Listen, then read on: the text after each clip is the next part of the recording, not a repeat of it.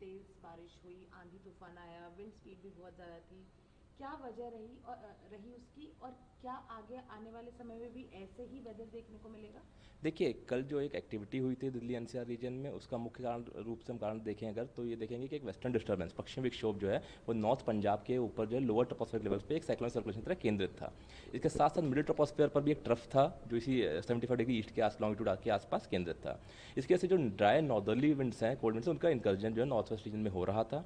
इसके साथ साथ जो हमारा अरेबियन सी और बे ऑफ बंगाल का रीजन है, वहाँ से मॉइस्चर लेडन विंड्स का जो है वो अराइवल हुआ है नॉर्थ वेस्ट इंडिया के ऊपर, और इनके इंटरेक्शन की वजह से जो है एक थंडरस्टॉर्म के कंड्यूसिव एनवायरनमेंट जनरेट हुआ। और ये जो हमने कल इंटेंस एक्टिविटी देखी थंडरस्टॉर्म की, वो कल दिल्ली एनसीआर के साथ साथ बाकी नॉर्थ वेस्ट इंडिया के पार्ट्स हैं, पंजाब हरियाणा, वहाँ भी देखी गई।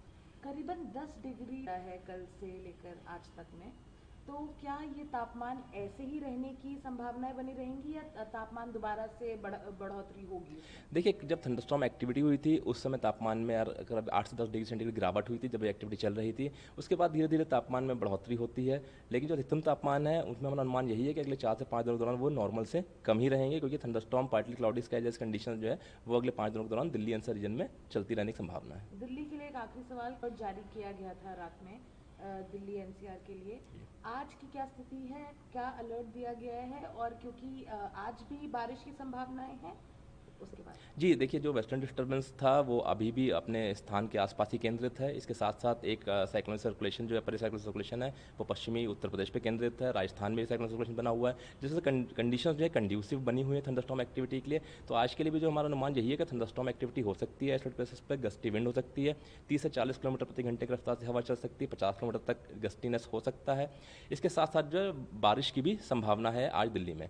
इसके अतिरिक्त जब भी कोई इवोल्यूशन होते हैं कंडीशन में, तो हम इसको नौकास्ट रेंज में कलर अपडेट करके सबको सचेत करते हैं।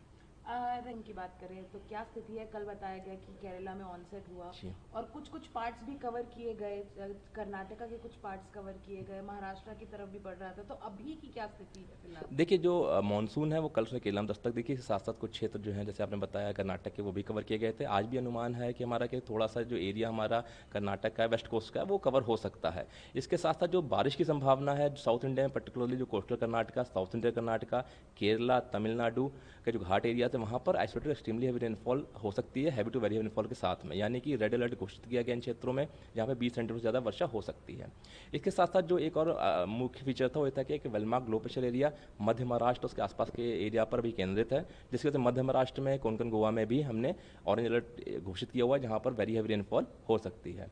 वहीं अगर हम बात करें सेंट्रल इंडिया की, जो मध्य प्रदेश है, वहाँ पर थंडरस्टॉर्म एक्टिविटी हो सकती है, गस्टी विंड हो सकती है, 50 से 60 किलोमीटर से लेकर 70 किलोमीटर तक की हवा की गति हो सकती है। ऑरेंज अलर्ट इसके लिए भी जारी किया गया है। सर, अगर हम इंडिया पे आते हैं, जो बाकी राज्य हैं, क्योंकि हम देख रहे थे पिछले कुछ दिनों में हीट वेव की, चाहे वेस्ट राजस्थान हो, स्थिति प्रिवेल कर रही थी, और भी कुछ कुछ जगहों पे। तो अभी क्या स्थिति है? क्या अभी हीट वेव किसी राज्य में है, या आगे आने वाले समय में प्रिवेल करेगा? देखिए, अभी भी राजस्थान में हीट वेव कंडीशंस बनी हुई हैं। अगले 2 दिनों के लिए जो हमारा पश्चिमी राजस्थान है, वहाँ हीट वेव से सीवियर हीट वेव कंडीशंस रह सकती हैं, वार्म नाइट कंडीशंस रह सकती हैं, नाइट टेम्परेचर्स भी अब नॉर्मल हो सकते हैं। इसके लिए ऑरेंज अलर्ट अगले 2 से 3 दिनों के लिए वेस्ट राजस्थान में हो सकता है, और ईस्ट राजस्थान में भी warm night condition isolated places में अगले 2 दिनों में हो सकती है। इसके साथ साथ थंडरस्टॉर्म एक्टिविटी, डस्टॉर्म एक्टिविटी भी राजस्थान में आज के लिए प्रेडिक्ट की गई है। और पंजाब? देखिए, पंजाब हरियाणा जहाँ तक बात है, यहाँ पर थंडरस्टॉर्म एक्टिविटी हो सकती है, 30 से 40 किलोमीटर प्रति घंटे से लेकर 50 किलोमीटर प्रति घंटे तक की हवा गति रह सकती है।